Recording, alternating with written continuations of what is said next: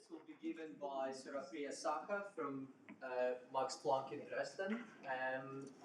The name of the paper is The Role of Nonlinearity and Fluctuations in the Non-reciprocal Cahn-Hilliard model. Hello everyone. First of all, thanks to the organizers, Rahul and Christina, for inviting me to this nice seminar. I'm learning a lot and for the opportunity to present my work. So I will talk about the role of nonlinearity and fluctuations in the non-reciprocal Cahn-Hilliard model. For those of you who've been here for some time, Christina, I think you will talk about this a few days ago, so there'll be some repetitions, but I'll also tell you about those two specific things, nonlinearity and fluctuations, that I hope you'll find interesting. Okay, so first of all, what I mean by non-reciprocity. Again, what I mean by non-reciprocity in this particular context is action-reaction symmetry breaking. So if you take two, for example, if you look at the effective dynamics of two particles and ask if they can derive if the effective forces between them can be written as a Newton's third law, the general answer is that no, because there could be interactions driven by chemical fields, velocity fields. So in general, it is the expected answer is that you should not be the macroscopic dynamics does not satisfy the action-reaction symmetry. And I cite a few examples here. So colloids which are catalytic colloids which are active, they can form, even a few of them, they can form a variety of bound states. For example, they can form a active molecule such as this, which can spontaneously travel in a random direction, show self-propulsion. A chiral object such as this can rotate in two dimensions, and so on. And then you have, and other examples are these colloids with vision cones that are studied in the lab of Clemens Beckinger, where one particle is aware of its neighbors that are included in its vision cone and does not interact with the orientation of the others, and this leads to collective dynamics that bear signatures of this non-reciprocity in interactions.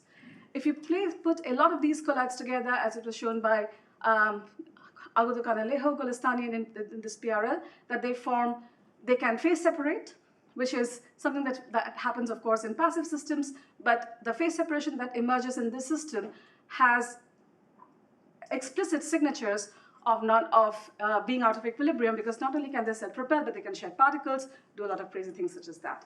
Now, if you take another level of complexity is to add orientation, in which they can form bound states. Even two particles can come together and form bound states, where they, for example, in one of the simplest ones that can form is that they are separated by a fixed distance, again, due to effective repulsion and attraction coming out of rhetoric interactions. The angle between their alignment are fixed, and they can rotate about a common center. Okay, so basically non-reciprocity can be then a new ingredient, apart from, let's say, things like self-propulsion and growth and so on, to construct new active matter theories. All right, so again, this is a bit of an overkill, but what is reciprocity? So reciprocity means, so if you consider two particles and there are the forces are derivable from an interaction potential that can only depend upon for simplifying assumptions such as isotropy of space and so on, that it can only depend upon the distance between their centers, in which case the forces that particle 1 exerts on 2 and what that 2 exerts on 1 have to obey this action-reaction symmetry. And when they don't, that's when I say that the action-reaction symmetry is broken. So today I will talk about this non-reciprocal Cahn-Hilliard model that was proposed in 2020 by 3 separate groups. It's amazing that about 10 or so people, we thought in the same direction. And so basically there what happens is, if you have on top of, for more than one number conserving species, which have attractive interactions driven by free energy, if you add enough non-reciprocity to them, then they can break the parity and time reversal symmetry of the bulk phase separated state, and leading to traveling waves and patterns as a result of this parity and time reversal symmetry breaking. So if we basically take this phase-separated state and cut a line through it, then you can see that the two density profiles, the angle between the density modulations is either 0 or pi. That is, they either attract or they want to repel, and then the angle between them is a pi. But what happens when you put in non-reciprocity is that the modulations now have a finite phase difference between them, so thereby creating locally an asymmetric structure that can be propelled. Right? Okay, so then how do we write down the dynamics of these species? So we start with number conservation. Number conservation says that the density of these equations should satisfy a continuity equation of this type. If for passive systems, in order to be consistent with thermodynamics, J has to be a gradient of a chemical potential with some other sources of with some thermal noise, and under conditions of equilibrium, the chemical potential is a functional derivative of the free energy functional, and that gives you the description of these conserved densities under conditions of equilibrium. Now, how to model reciprocity in interactions when you have multiple species?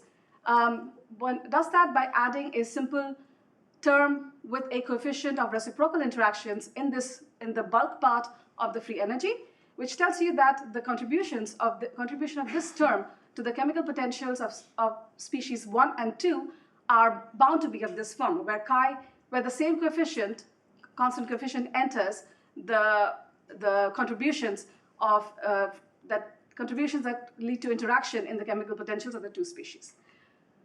Okay.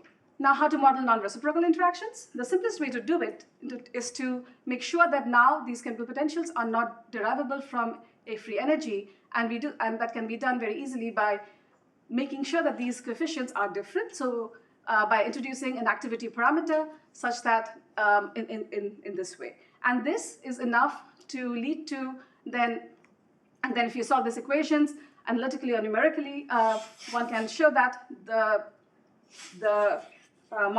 density modulations now have a finite phase difference that is neither 0 nor pi, as would be for attractive and repulsive interactions, but it's some value that depends on the non-reciprocity, and then you create a local asymmetry through the scalar fields, and you get some kind of you get traveling waves that I will show you later in the talk that can be mapped to a emergent flocking phenomena. Okay. So, whoops. Was this happen? Okay, nothing. All right. So one can do the same for multi-component mixtures. So if you take for n components, one can introduce a fully anti-symmetric matrix alpha ij, which would then make a system of n species active. Okay. So I will talk about 2 species only today, and I'll start with the discussion on what happens when this coefficient of non-reciprocal interaction alpha is a constant. And I will then talk about what happens when you allow them to have any dependence whatsoever on the fields phi1 and phi2. Okay, so then in order to go forward, we need to choose a form for this bulk free energy F, which I choose to be of a polynomial form, such that in the absence of any kind of activity, the fields phi1 and phi2 can, for average composition 0, it can phase separate symmetrically into 2 phases with compositions given by Ci plus and minus. Okay, and you can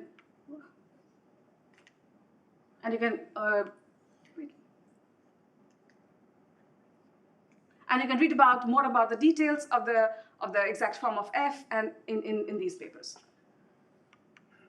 Okay, so now we can start with asking the question: when is the homogeneous state stable or unstable? So when do you have when do the linearized dynamics until that you get by keeping terms until quadratic order in wave number, does it give you diffusion or does it give you anti-diffusion? Right. So then you can take the equations that I showed you, linearize them, write down the dynamics of linear deviations about the homogeneous state, and the dynamical matrix is now asymmetric precisely because of this term alpha that I introduced in the previous slides. Okay, so now this 2x2 matrix can have a pair of complex eigenvalues, and the point is when the real part of this complex eigenvalues can drive the system, the homogeneous state unstable is when you get all of the interesting behavior such as traveling waves and due to PT symmetry breaking. Okay, so we can look at the eigenvalues of this dynamical matrix in the plane of reciprocal and non-reciprocal interactions, and the red lines here, that is where the two eigenvalues, they coalesce, and then on increasing the alpha further, they develop a complex part, thereby, so these are the points of the red lines are the exceptional points that divide the complex eigenvalues from the real ones. So the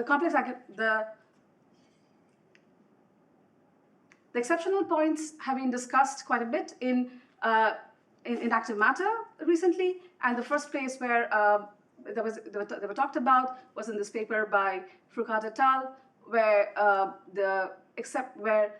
crossing an exceptional point is associated with the emergence of chiral phases in polar active matter. So can I ask a question? Sure. When do you get the left and when do you get the right picture?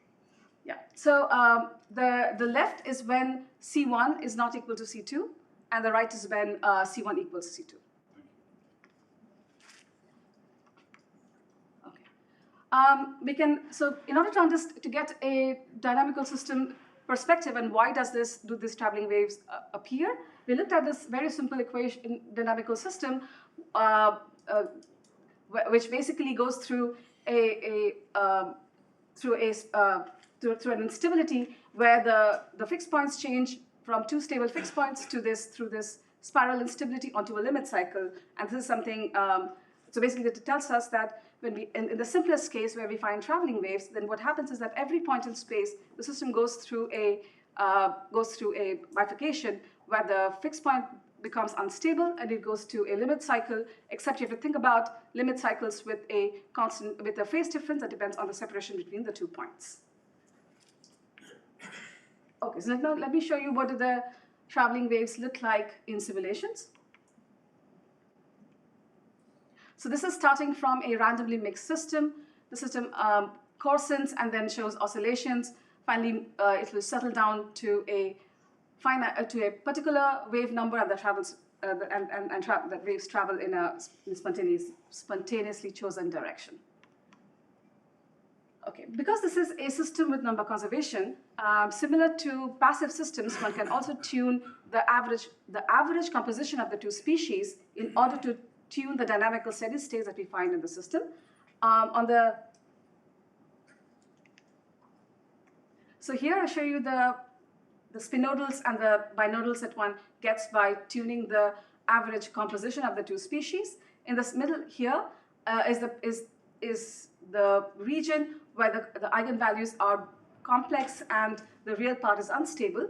But you can see that when you start from here and you tune composition, then you get to a regime where the homogeneous states are again stable, and you can enter again into a phase where the system undergoes bulk phase separation, separating into bulk domains, again, which are PT symmetric. So it is, the average composition is now a tuning variable which can be used to tune dynamical states, and this is in stark contrast with the reaction diffusion systems where, of course, there are no such conserved variables, except Erwin Frey, for example, talked about this system where there is one conserved variable where you can do a lot of analytical theory by making use of that.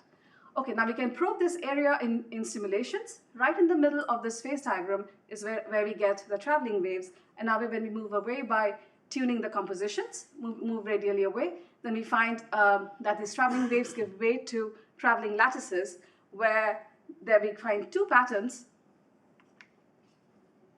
that are incommensurate, and they have a constant.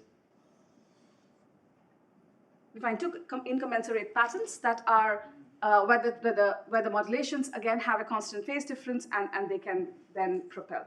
Sorry, Suropriya, what is different between left? Sorry. What has changed? What parameter? This is phi 1 and phi 2. So the label is wrong. One of them okay, is thank you. sorry.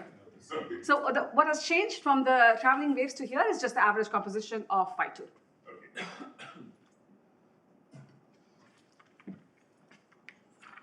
Okay, so now this, so now we can also study the fastest growing, how the average length scale of coarsening changes with time.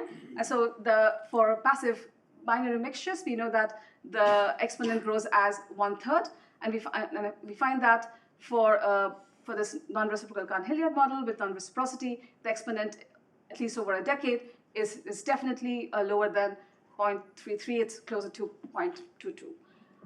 All right, and you can see here a snapshot of the coarsening dynamics from early times onto later times, and you see here that the dynamics happens by formation of these domains where the so-called quote-unquote polarization, which is the vector that you can form perpendicular to this local bands, they undergo a coarsening procedure, and by annihilation of defects, and then you can get to finally it goes to a traveling wave with just a single wavelength. So, given a stripe pattern, how do I say which way that Yes, vector points? you need to look at both phi1 and phi2, and you also I mean, is it that the profiles are asymmetric? I mean, exactly, the profiles are because any AB pattern is apolar. absolutely. So you need to. So if you remember okay, I'll just show you the. You need to. Oh, okay. Yeah. So basically, there is a phase difference, and in the simplest possible case, they look very similar with just this very fixed phase difference. I think there was another question. The saturation of R is a finite size effect, or? Yeah. So this is. I mean, it sort of flattens out of time. This is the wave. This flattening is because the system has arrested coarsening. It picks up a particular. It picks up a wave number. Yeah, it's not a. I mean, in fact, because of this, because it's arrested coarsening, it is difficult to get, unless you go to really big simulations, it is difficult to get data for many, many decades, as you can do for passive systems, where there is no coarsening, arrest of coarsening.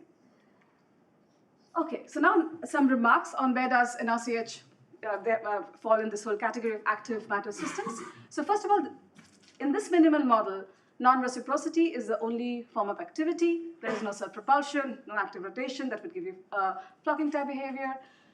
Now, so this is, and it is also a manifestation of the kind of chiral states that Ricard et al. Talked about, but for isotropic particles. So now here, because we're considering more than one, so now how does it compare to active model B, active model B plus, which have been exhaustive, which have been studied by Nardini, Cates, and so on. The thing is, here we have two species, so we can actually make the system active by tampering with the terms in the bulk part of the chemical potential. We don't have to go to higher order gradients, but of course, it would be interesting to basically see what would be the interplay between introducing activity at the level of in the bulk and also in the gradients in the form it's done in active model B and active model B+. Also, even though here we don't have polarization, so here non-reciprocity does not arise due to an interaction between between density and maybe additional degrees of freedom like polarity, as it does in these papers, but basically because of, as I said, because of non-reciprocity in the center-to-center interactions between isotropic particles. Also, these are practices, as I've talked about, because this is pattern formation in number-conserving systems. One effect of that is that you can tune composition to tune the dynamics. And there are several other interesting features that come out because of the conserving nature of these systems. But for a discussion, see this PRL from Hillis group. Okay, so now I come to the effect of nonlinearity.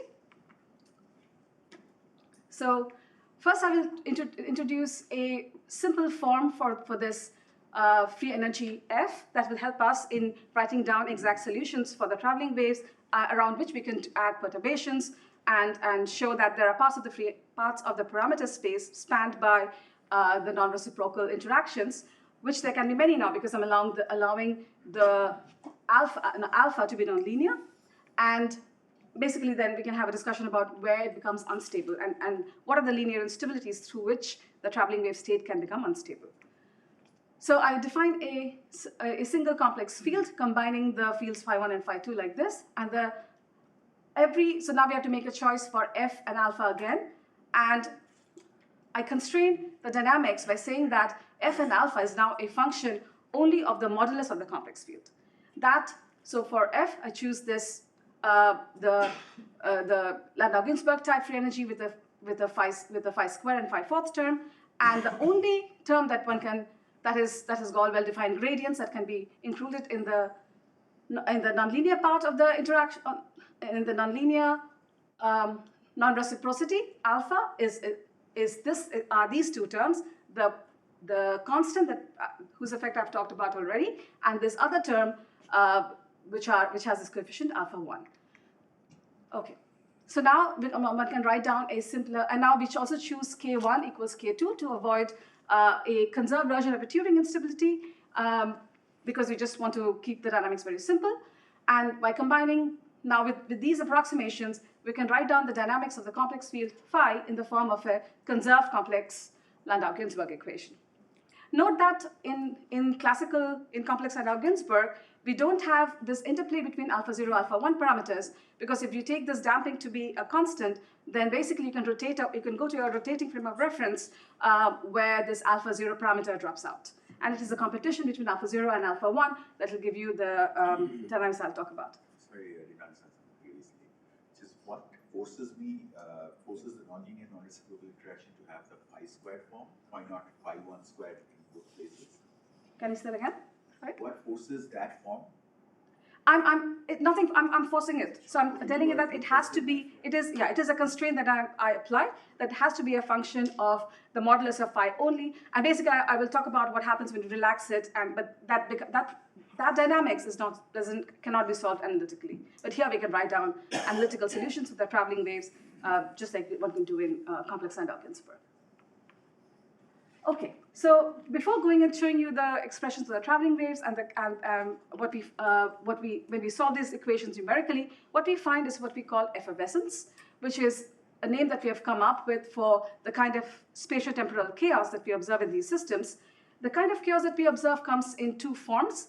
One, which we call effervescent waves, where we find that there is a traveling wave, but apart from there are these spatial domains which are highly fluctuating, and they are spontaneously created and annihilated, where phase separation dynamics resumes again. So in contrast to the case where, for constant alpha, where PT symmetry was broken uniformly everywhere in the system, we had these traveling waves, the way we describe this phenomena that we found numerically is that PT symmetry is now broken imperfectly, and there are these domains where reciprocity is restored, and basically phase separation dynamics resumes again. But both the traveling waves, as I will show you through linear stability analysis, and these domains where reciprocity is restored are unstable, and this leads to a state where which generates of spatiotemporal chaos, which basically generates its own noise.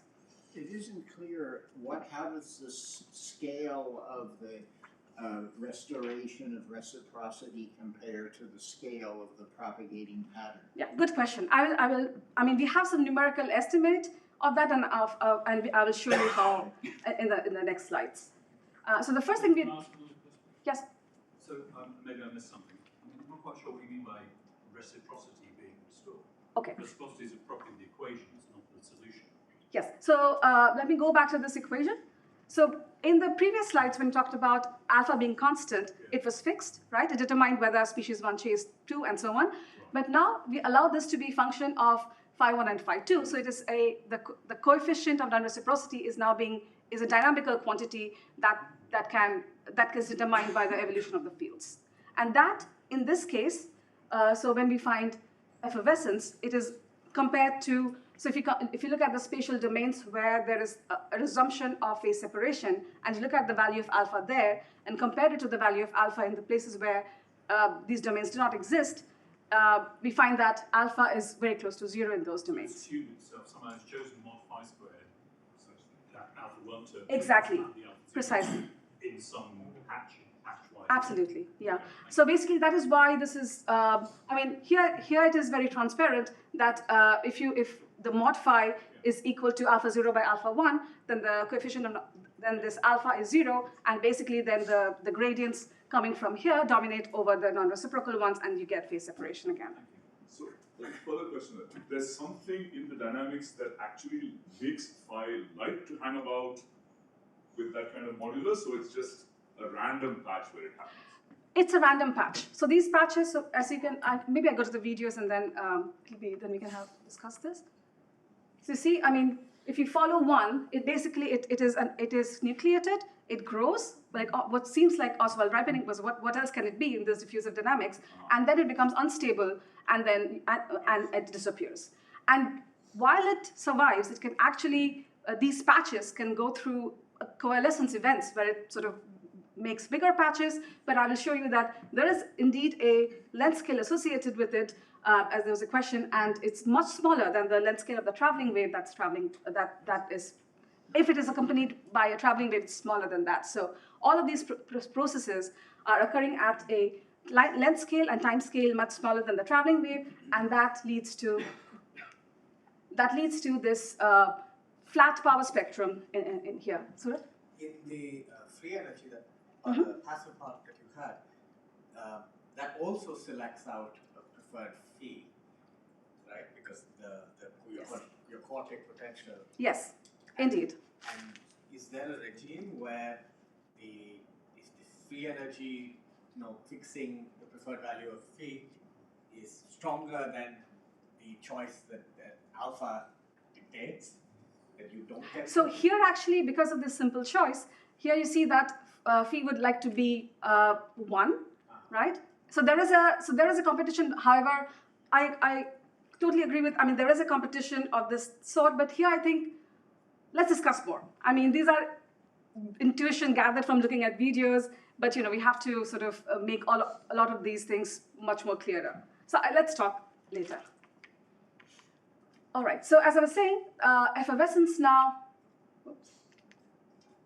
effervescence appears in 2 avatars. So one, when you have this, it appears with a traveling wave in the background, or it also appears without a traveling wave, where you have these domains, the fluctuating domains where phase separation occurs, together with regions where there is no traveling wave, but there are density oscillations. So here you can see a traveling wave, and here you see that there is no such bands which travel in the background. So these simulations are with noise or without noise? Without noise. So the system, I mean, the only thing, it's a little bit like the Kolmogorov-Wyszynski equation, where the nonlinearity produces stochasticity in the system. That is, I mean, we don't know what exact nonlinearities that do this. We can, it's something that we are working upon, but it's something similar to that. Phenomena. All right, so now we can, looking long and hard at the videos, we decided to come up with some terminology to describe this phenomena, and the phase separation aspect of this phenomena, we decided to coin 2 terms. One, the reciprocal granules, and the other thing is are the droplets. So when you look at these fluctuations, we find that reciprocity is restored in the sense that alpha goes to 0 and you basically do statistics. You look at the domains where alpha goes to 0, then there are these small granules that are produced at the smallest possible length scale set by the scale of the surface tension, and they are produced in larger bounds, and they have a very short time scale associated, lifespan associated with them. Some of these survive. Some of them can grow, and they can coalesce, as you can see here, a droplet that is formed by fusion of 2 or more reciprocal granules. And then they can coalesce further, or they can grow due to diffusion before they approach the time scale of the traveling wave, and then they vanish altogether. So you can see that at long enough time scales, there is no correlation between the pattern that you see here and the pattern that you see here, right? So, which is why, and so then we went ahead and to actually check in the simulations, can we numerically can we numerically show that there are reciprocal granules? And indeed there are. So if you look at, so from looking at the modulus of the field phi, and drawing contours around these domains where phi is close to alpha 0 by alpha 1, we can construct this probability distribution of the area of the droplets. And you can see that there is a peak at very small values of the droplets right here, and then there is an oscillatory motif before the droplets are there's a and the very highest sizes there is this exponential tail. So what does it mean? So there is a length selection process that occurs for the largest droplets, which is the length scale associated with this exponential tail. But at the for very small droplets, there is a peak at almost equals 0, which are these reciprocal granules that are produced in large quantities. And because the droplets are formed by the fusion of reciprocal granules, which are produced in produced in quantum numbers. So like there are 1, 2, and 4. That leads to this oscillatory motif at small area. May I ask? Yes. You plotted that over the square root of the area.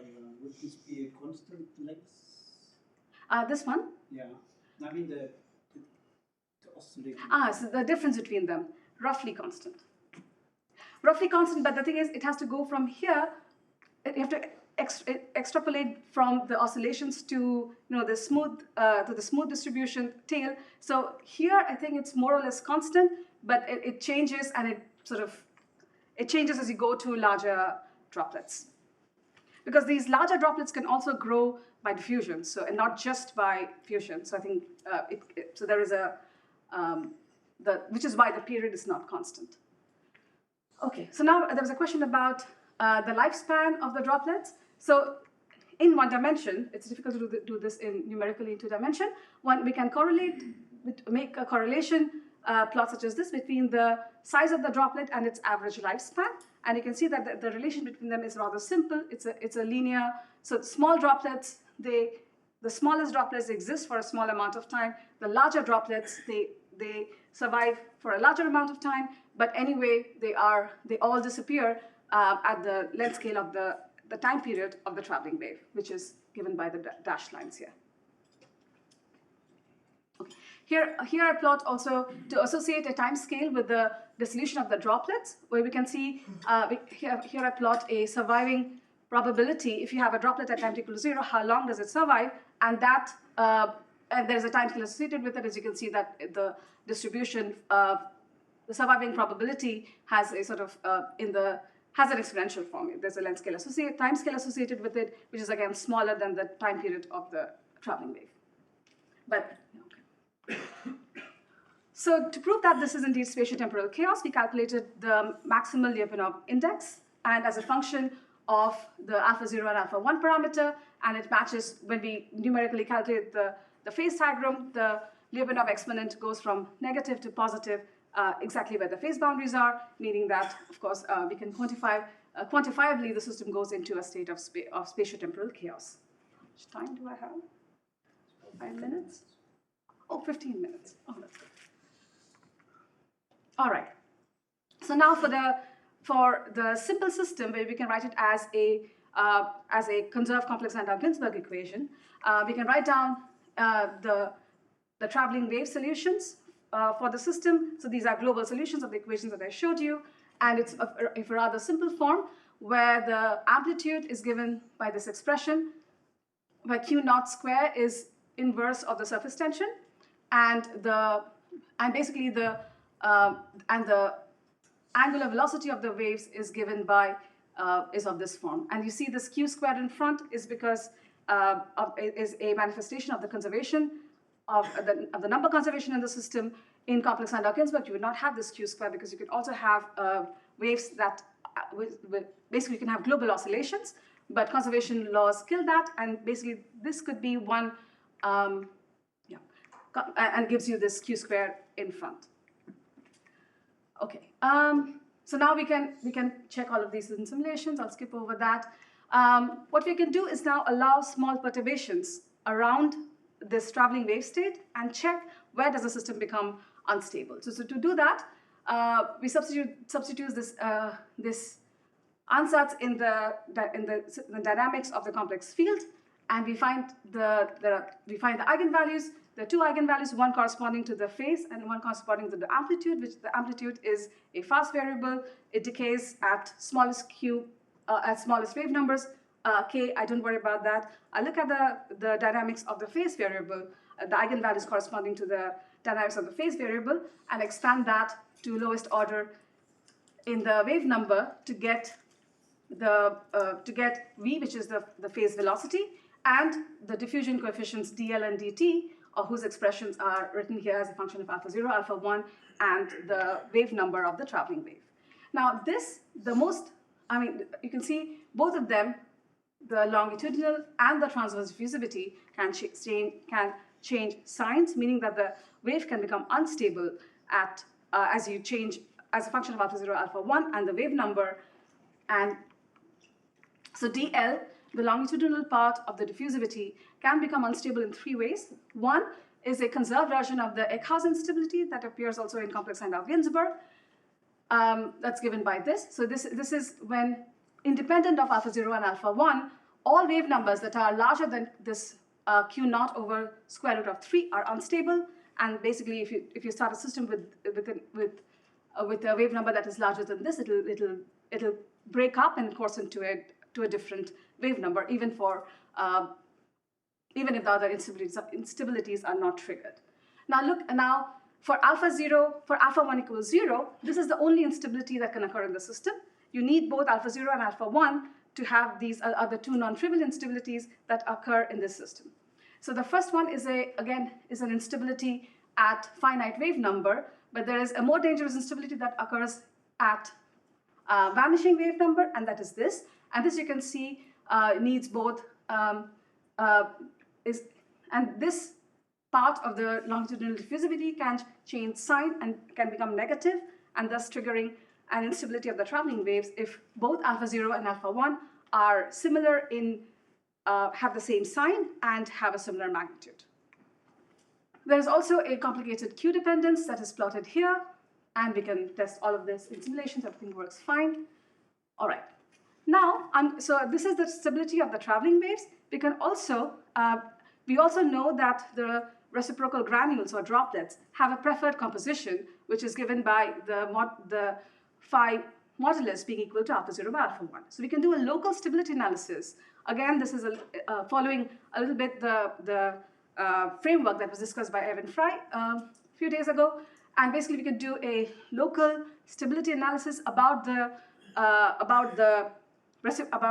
preferred composition of the reciprocal granules, and we find that, and we can basically find equations such as this for the amplitude-like variable, and again the phase type variable, which are related to the which look like this, and so the effective diffusivity of the phase-like variable and the density and the amplitude-like variable again tell us parts of the phase diagram where the droplets are stable, meaning both the diffusivities are constant, or marginally stable, meaning that at least one of them is negative. So we can put all of this together to create a state diagram which we can test numerically. So this is the line beyond which the traveling waves are linearly unstable. Beyond this line, the droplets are marginally stable, and here the droplets are So here the droplets are the reciprocal granules or droplets are always unstable for both when we look at both delta rho and delta theta. Here the droplets are marginally stable in the sense that the effective diffusivity associated with the phase is now unstable, but the one associated with the amplitude is actually stable. And here we find that the droplet is the reciprocal granules, so droplets are actually stable.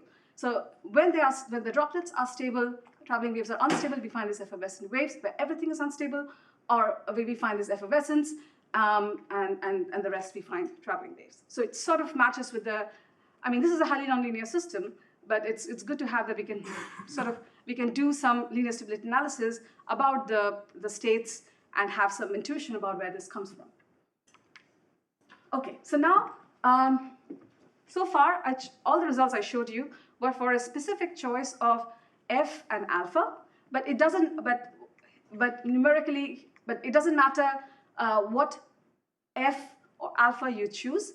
And in order to prove that, I can only prove it numerically. We let f to be of the Cahn-Hilliard type and choose alpha to be sort of, this is the most general alpha you can write down with all of these coefficients. And we basically run simulations choosing alpha 0 to alpha 5 to be drawn from a Gaussian distribution. Irrespective of what you choose, we find effervescence of this type. And when we choose, and the distribution of alpha now always has this bimodal form where it always changes sign, and there is a weight at alpha equals 0, which is associated with the formation which is associated with the formation of these reciprocal granules and droplets, leading to effervescence. Okay, and so basically it has been shown in this paper, for example, that generically non-reciprocity, for example, in mass-conserving reaction diffusion systems or in Janus colloids, or it should be generically should be nonlinear. And what I would argue is that based on this analysis is that effervescence is the dominant behavior we get when we look into a generic nonlinearity. And you can ask how. So far I was talking about changing sign and so on, but basically if you look at the linear term here, if you take alpha 1 to be a traveling wave with a particular modulation, this can change sign depending on the values of alpha 0, alpha 1, and it does so generically. Okay, so I will skip over the effect of tuning composition. So again, because it's a conserved system, tuning composition. By tuning composition, we can basically, following Suraj's question, by tuning composition, one can make the phase separation terms strong compared to the non-reciprocity, and basically this takes us towards behavior that is more like phase separation. So the droplets can actually coalesce, form a bulk phase separated domain with very interesting interfacial dynamics, such as this. Okay, it's not running very well. Okay, so I have 2 more stories to tell, so I'll just choose one. We can define a pressure-like quantity to actually understand the phase separation dynamics in these systems, but I'm going to skip over that, and I'll talk about, you can read about it in our in the archive, and Yuvathelius group also has a similar paper, so please read those. I will go to something that we find more exciting, very exciting, which is basically to look at the dynamics of this polar order parameter, and to show basically that we get emergent flocking in the system that comes out of non-reciprocity. Okay, so to start with, we define an order parameter, such an order parameter that I show here. And this averaging is over, this shows spatial average. So basically when this quantity here is non-zero in the steady state, only when PT symmetry is broken, because this is something that is non-zero. It would be non-zero if the interfaces of the 2 fields, phi1 and phi2, are asymmetric. If they're fully symmetric, then this quantity is precisely 0. So in such a situation where the 2 maxima are coinciding, it will be 0. You need a finite phase difference between them, between the density modulations for J to be non-zero. So this operates like an order parameter for the PT symmetry PT symmetry breaking. Okay, and also this is this current that we proposed in 2020, just because the way you cook up an order parameter is actually also when you write down the entropy production in these systems, as was done in these papers in 2023 from Sarah Lowe's and Henry Alston and Luca Cocconi. This is the current that in the steady state, which of course is the current that leads to entropy production. Okay, so we choose the same free energy that I showed you which we can treat analytically for the effervescence case, and where we are permitted, where we can write down the solutions for the traveling wave in this form. for this selection of this free energy, using the definition of the J that I showed you in the previous slide, now J is basically constant, and it points in the direction of the wave number of the traveling wave. So basically, if you go from the description of an RCH in terms of the phi1 and phi2 fields, we can exactly write down an equation for J, which is like a order parameter, and you have to also write down the dynamics for an amplitude and not a density. So basically, you can